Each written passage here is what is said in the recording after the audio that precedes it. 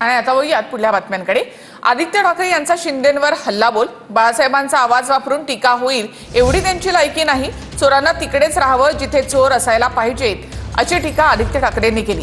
कुणाल कामराने शिंदेंना दाखवून दिलं असंही आदित्य ठाकरे यांनी म्हटलं आहे। बाप चोरला बाप चोरला बाप चोरला हे रडगाणं चालू होतं। आम्ही बाप चोरला नाही, तो कायम हृदयात पूजला आणि यापुढेही आम्ही पूजत राहू। पण तुम्ही पाप झाकण्यासाठी त्यांचा आवाज चोरलात, त्यांचे विचार चोरलेत आणि हे विचार चोरण्याचं पाप आम्ही नाही तुम्ही केलंय। त्यामुळे तुम्हाला हिशोब जनतेसमोर द्यावा लागेल। बघा, त्यांची तेवढी लायकी पण नाहीये की मोठ्या साहेबांचा आवाज वापरून त्यांच्यावर टीका होऊ शकते। त्यांनी ती लायकी स्वतःला समजू पण नव्हे।